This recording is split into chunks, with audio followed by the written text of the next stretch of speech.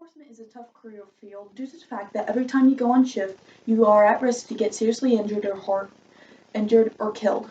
With this in mind, it can cause stress on Leos and bring about PTS, which is post-traumatic stress, and even suicide. In addition, this constant state of stress wears on the body and breaks it down, leading to health issues.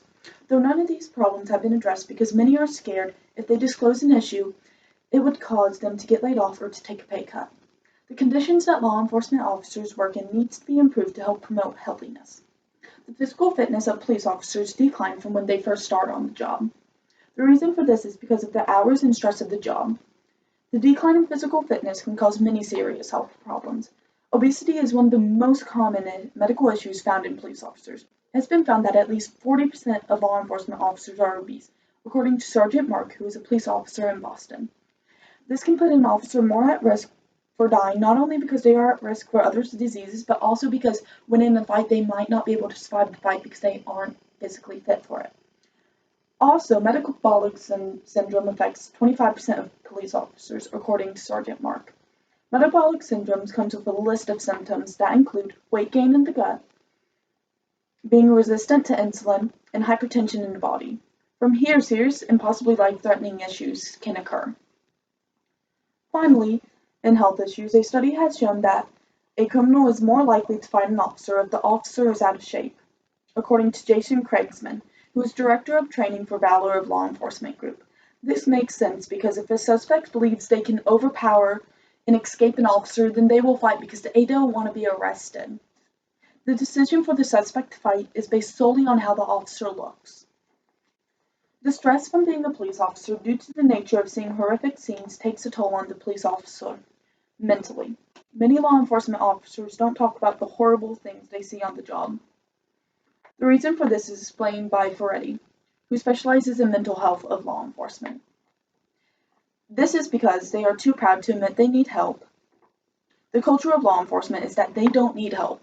They don't like to admit that they need help, which is the culture of law enforcement. This can lead police officers to not talk about their stress, which can lead to PTS or suicide, or both. PTS is a huge problem in law enforcement, but isn't talked about because many are afraid they will have their gun and badge taken away if they reveal they have a mental health issue. One example of this happening is in Massachusetts, when a chief took the gun of 3 officers because they revealed to have PTS, told by Reyes, who is a spokesperson for law enforcement today. This proved to officers all over the country that they will no longer be able to do their duty and protect their communities if they discuss the possibility of having PTS or other mental health issues. This caused them to go silent and to suffer alone because they don't want to have that taken away from them. All these factors build up to police officers committing suicide.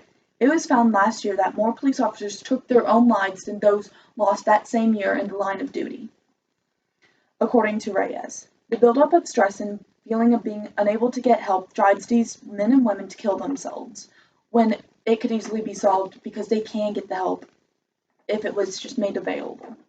The question of what can be done to help the people who protect our communities is one that needs to be answered. For the physical aspect during shifts, time can be allotted to allow for Leos to work out while at work.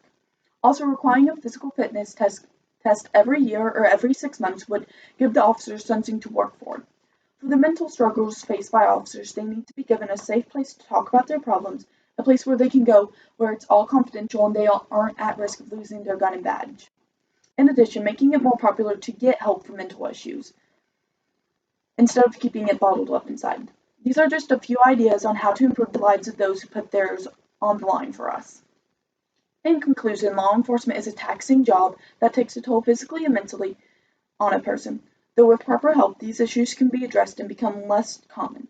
It's unacceptable that the people who are willing to die to save strangers are having to face these issues all on their own with no help. Thank you.